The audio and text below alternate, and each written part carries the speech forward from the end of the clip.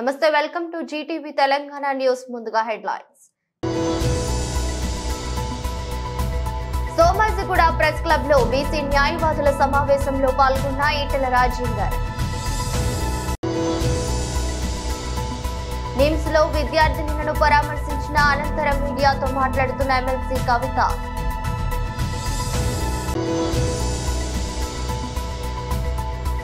చర్లపల్లి జైల్లో ఉన్న పట్నం నరేందర్ రెడ్డి గారిని కలిసి మీడియాతో మాట్లాడుతున్న కేటీఆర్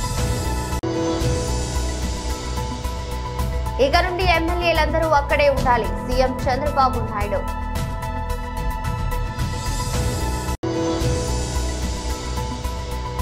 చంద్రబాబు కేంద్ర ప్రభుత్వంతో జరిగిన విద్యుత్ ఒప్పందాలను రద్దు చేయగలరా పేర్ని నాని సోమాజిగూడ ప్రెస్ క్లబ్ లో బీసీ న్యాయవాదుల సమావేశంలో ఈటెల రాజేందర్ పాల్గొన్నారు.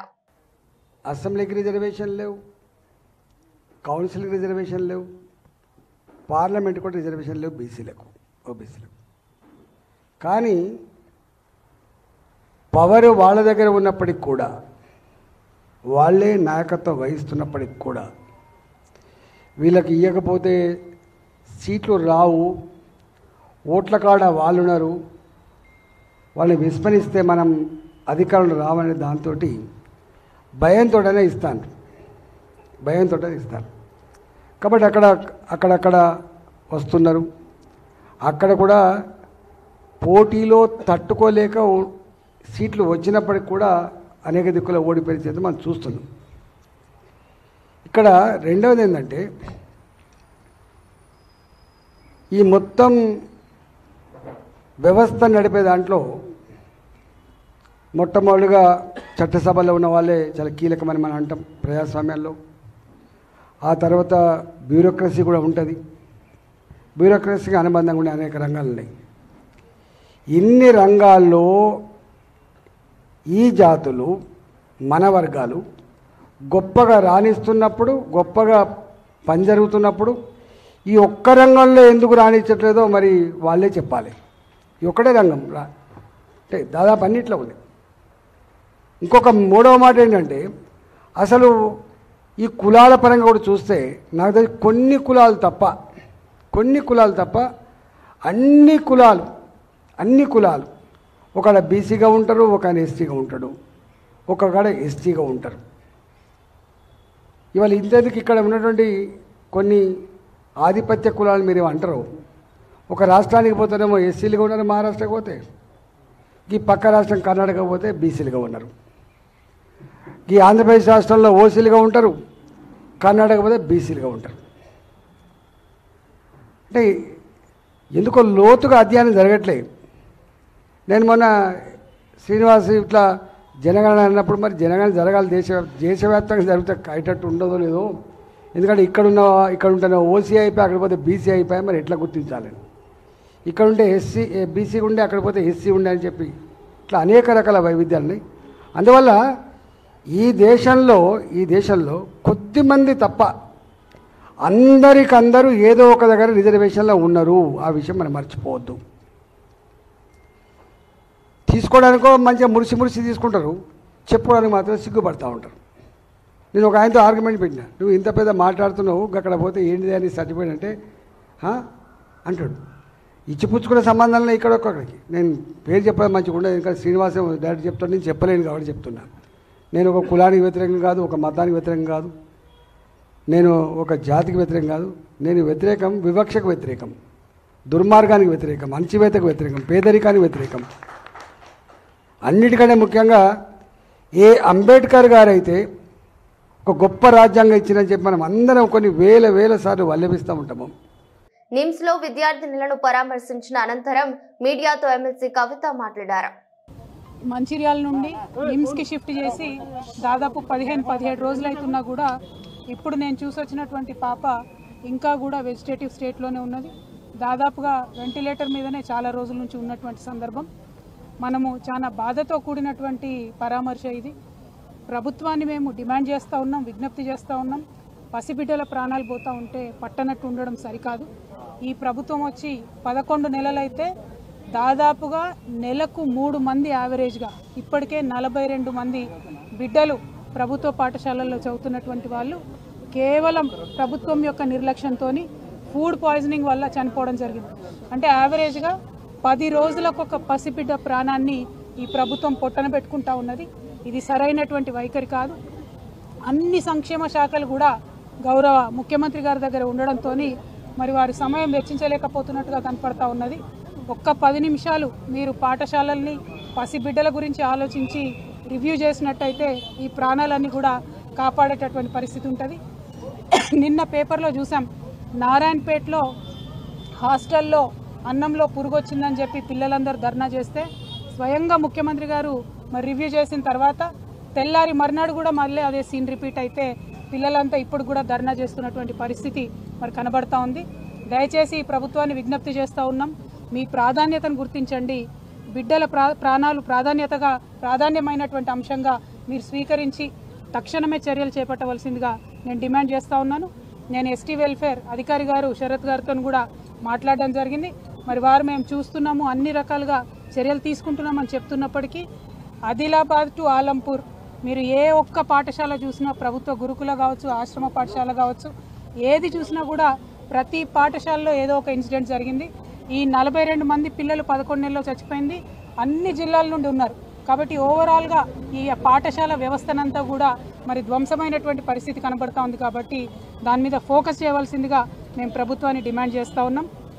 ఇదివరకు కేసీఆర్ గారి నాయకత్వంలో ప్రభుత్వ పాఠశాలల్లో చదివేటటువంటి పిల్లలు మరి మేము ఐఐటి పోవాలన్నా, ఐఐఎంకి పోవాలన్నా, లేకపోతే ఎవరెస్ట్ అధిరోహించాలా అని చెప్పి ఉన్నతమైనటువంటి ఆశయాలు లక్ష్యాలతో ఉన్నటువంటి సందర్భాన్ని కూడా మనం తెలంగాణ ప్రజలుగా చూసినాం.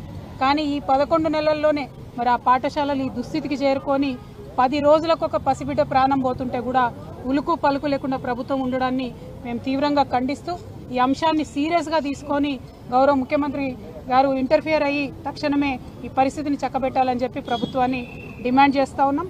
అట్లానే ఇప్పటి వరకు ప్రాణాలు కోల్పోయినటువంటి ఆ 42 మంది కుటుంబాలకు కూడా ఎక్స్గ్రేషియా కింద 10 లక్షల రూపాయలు ఇవ్వాలని కూడా మేము డిమాండ్ చేస్తూ ఉన్నాం.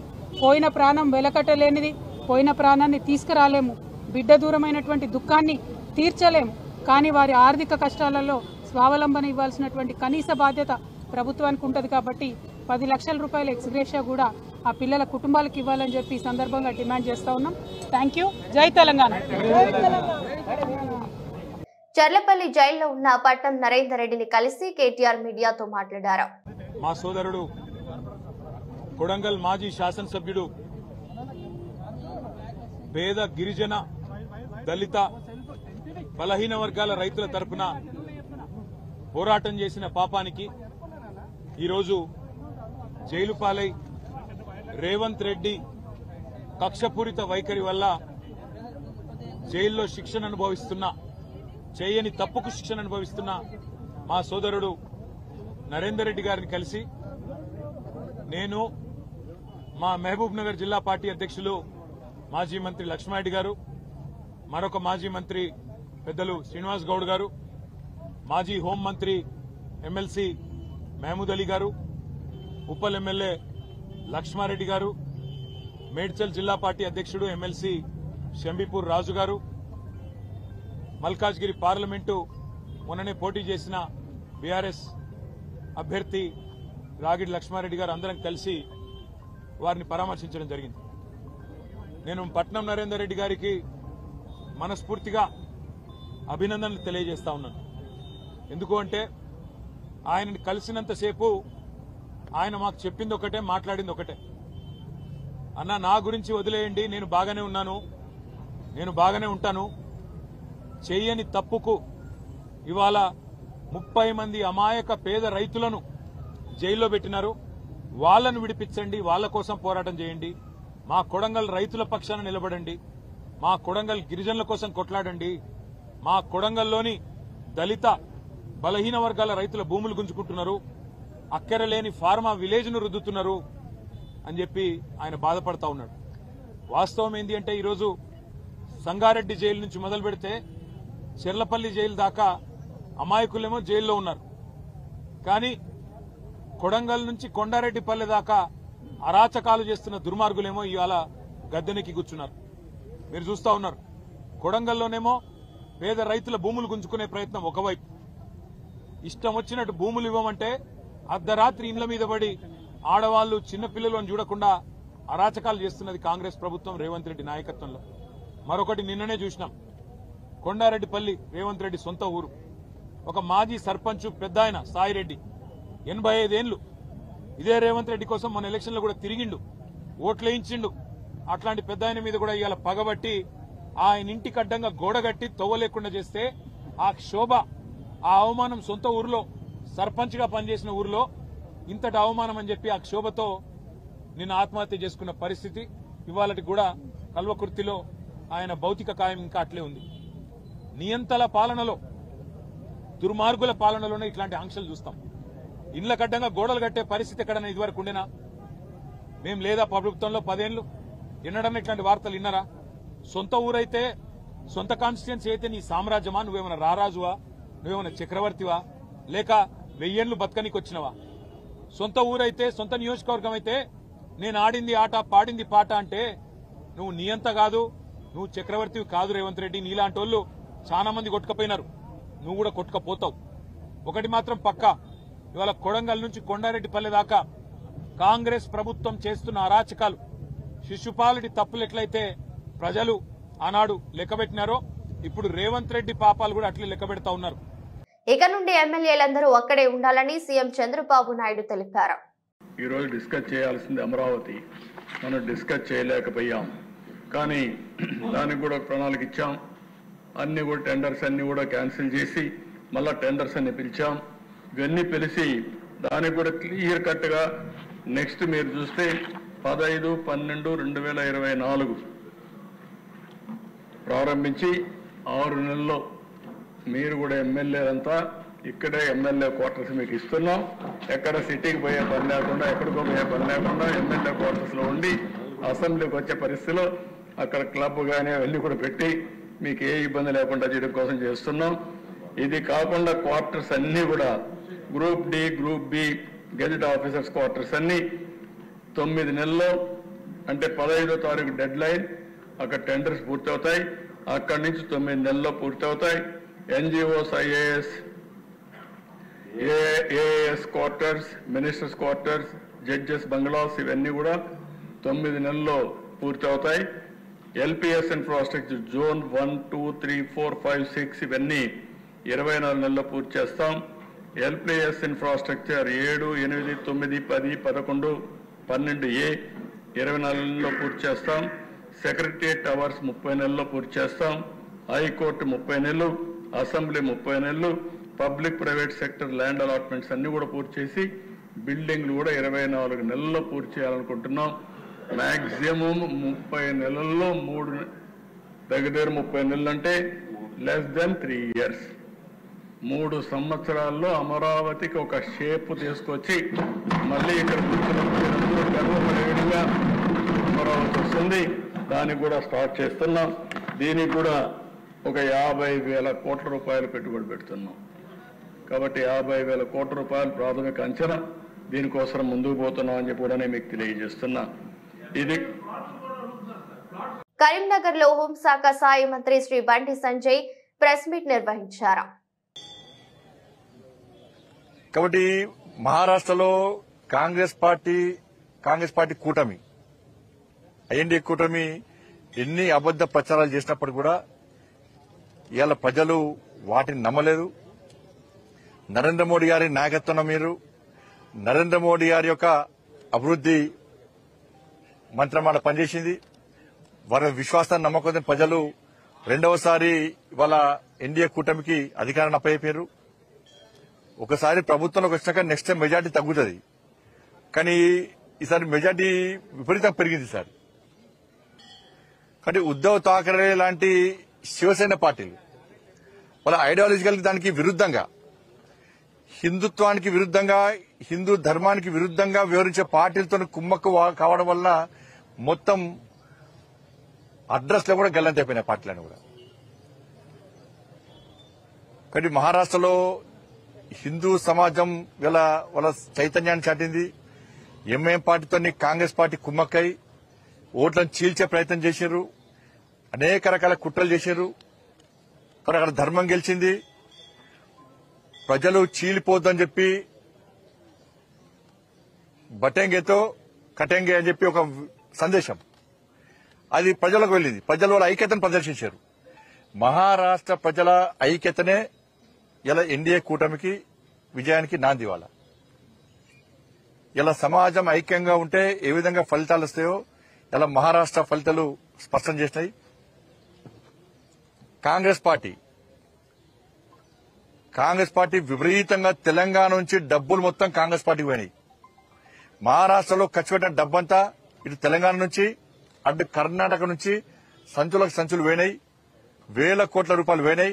అక్కడ డబ్బులు విపరీతం ఖర్చు పెట్టారు. డబ్బుల ద్వారా అబద్దాల ద్వారా గెలుద్దాం ప్రయత్నం చేశారు. అవి పనిచేయలే.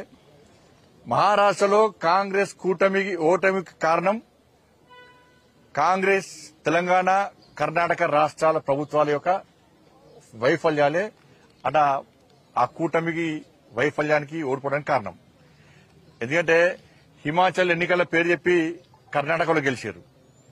కర్ణాటక ఎన్నికల ఫలితాలు చూపెట్టి తెలంగాణలో గెలిచారు. ఈ 3 రాష్ట్రాల ఫలితాలను పెట్టించి 3 ముఖ్యమంత్రులు తీసుకుపోయారు. ఇక చూడు, ఇక నన్ను చూడు, అందరూ చూడు, మొత్తం మహారాష్ట్ర మొత్తం తెలంగాణ రాష్ట్ర ముఖ్యమంత్రి రేవంత్ రెడ్డి గారు అయితే ఒక 10 సార్లు వేయండి కావచ్చు. ఆయన వేయిన సీట్లు మొత్తం ఓడిపోయినాయి. కర్ణాటక ముఖ్యమంత్రి వేయండు, తెలంగాణ ముఖ్యమంత్రి వేయండు, హిమాచల్ ముఖ్యమంత్రి వేయండు. వీళ్ళతో విపరీతంగా ప్రచారం చేశారు.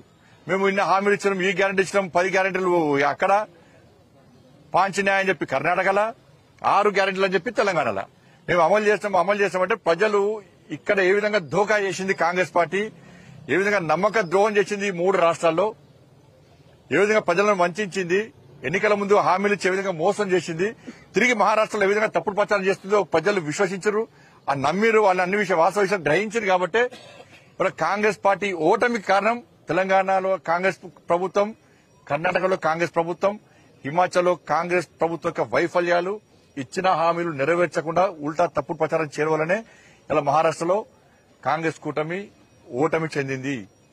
వైఎస్ జగన్ ప్రభుత్వం విద్యుత్ ఒప్పందాలు చేసుకున్నది కేంద్రం ప్రభుత్వం సంస్థ సేకితో మాత్రమే. చంద్రబాబు కేంద్ర ప్రభుత్వంతో జరిగిన విద్యుత్ ఒప్పందాలను రద్దు చేయగలరా అని ప్రశ్నించారు. అమెరికా పోలీసులు వచ్చి తీసుకెళ్లే లెక్క అయితే మమ్మల్ని ఎందుకు తీసుకెళ్తాడు? కేంద్ర ప్రభుత్వంలో అప్పుడున్న కేంద్ర మంత్రి నేను సిక్కీ చైర్మన్ని వాళ్ళని తీసుకెళ్లాలి, మమ్మల్ని ఎందుకు తీసుకెళ్తారు?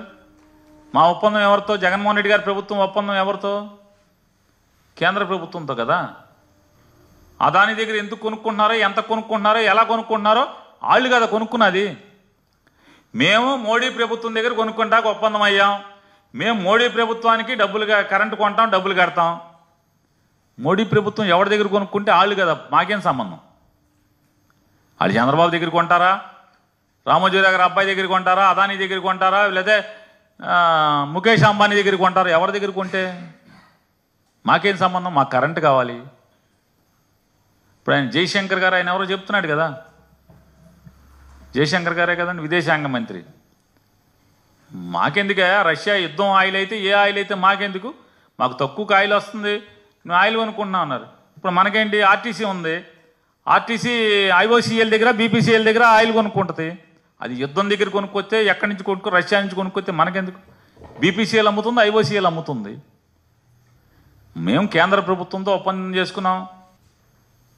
మాకు కేంద్రం కరెంట్ ఇవ్వాలి ₹2.49. మేము కేంద్రానికి డబ్బులు కడతాం.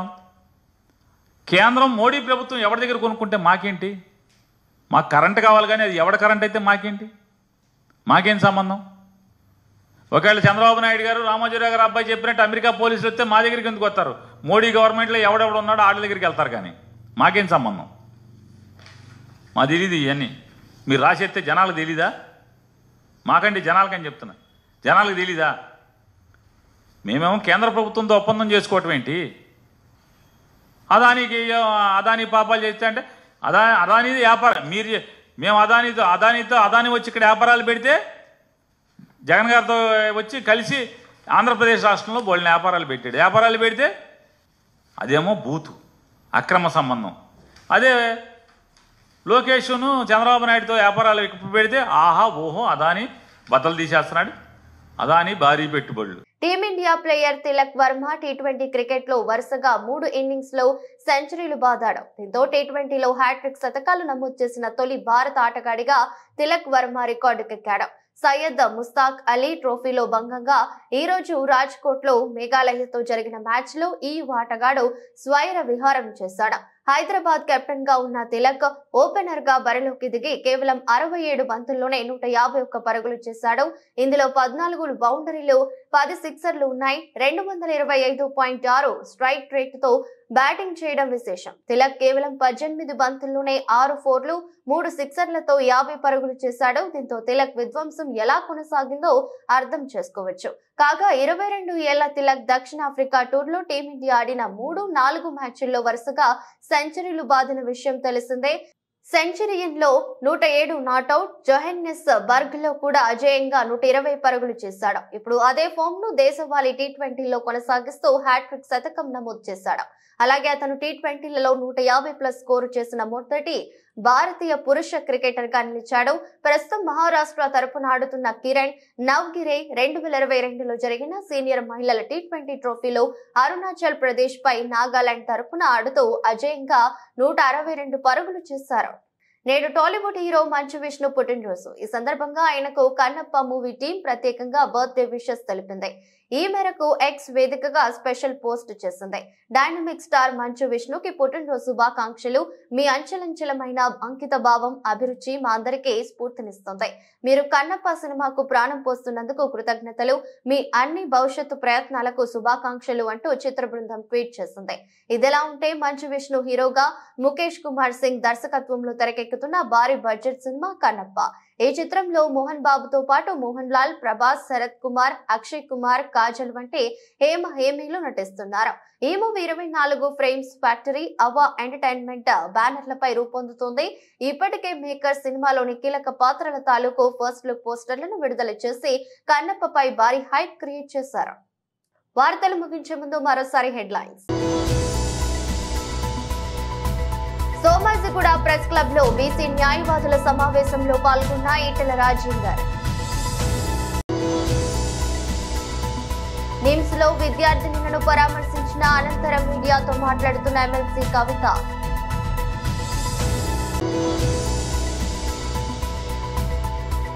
చర్లపల్లి జైల్లో ఉన్న పట్నం నరేందర్ రెడ్డి గారిని కలిసి మీడియాతో మాట్లాడుతున్న కేటీఆర్. ఇక నుండి ఎమ్మెల్యేలందరూ అక్కడే ఉండాలి, సీఎం చంద్రబాబు నాయుడు.